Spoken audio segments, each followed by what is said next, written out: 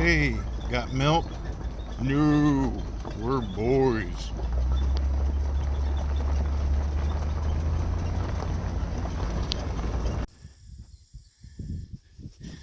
I know you guys aren't going to really believe me, but I've only been here about 3.5 hours. And the first crib is off the pad.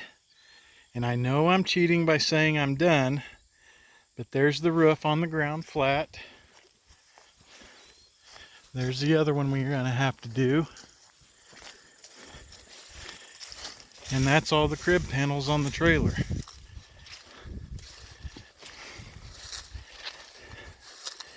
So, not bad, but when I was younger, I would have gotten this done a lot quicker, I know. So this corn crib here is going to be a totally different animal. We've got a different style of how it's built. Here at the seams, it's not bolted. There's a wire that runs all the way to the top, all the way to the bottom, that holds the sections together. And I have to get this crib down, and then I have to get the roof off so that I can pull these wires out, hopefully. But the other thing, we've got some habitat. Here's a tree that's grown up in this, and I've got a lot of it cut, but I've got a lot more to cut out. So this is going to be a different kind of project, so I'll try to remember to bring you guys along. Thank you.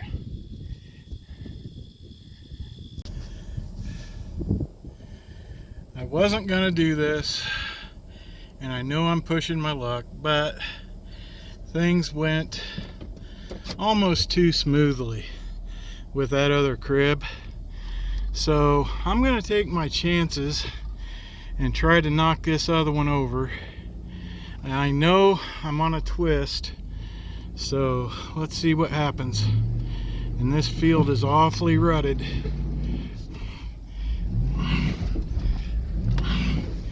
She's not wanting to come. She's breaking loose. And yes, I have that. Oh, here she comes. Perfect. All right, number 2 down. Let's see if I can get some of the chains out.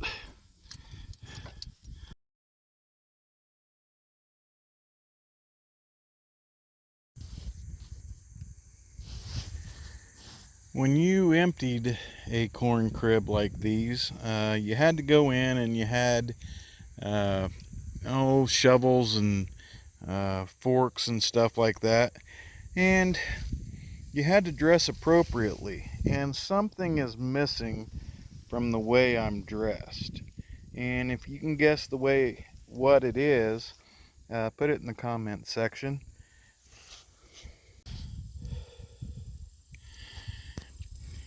It's Sunday, the day after we took the first crib down, and I've got the roof off, and I didn't film anything because there was a massive, well, not a massive, I exaggerate, I apologize, a lot of chainsaw work.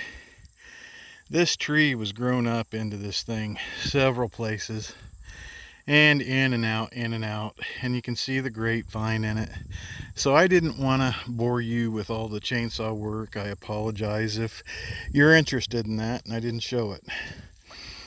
But it's like I said before, this thing, I don't know how hard it's going to be to get apart. I'm going to try to get these wires out, this thick wire here, out in one piece. I might just end up cutting it with the bolt cutters, I don't know. But once I figure it out, I will definitely let you guys in on it. Thank you. Yesterday I told you that in my situations, luck has everything to do with it. Well, pulling the wire through isn't gonna be able to happen. They're too tight and they're too twisted. So I ended up having to cut the seam on this side. And luck was with me the very first thing because it pulled right apart. But over here, I had to cut twice and it still wouldn't come. So I'm going to attempt to cut a seam for you guys down here. So please be patient. Here we go.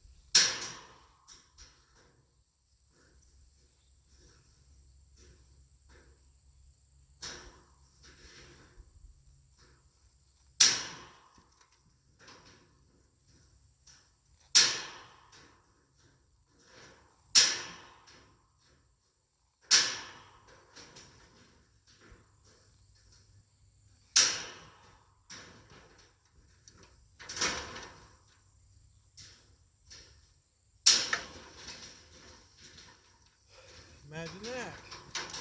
We got a panel. Finally. You guys are good luck.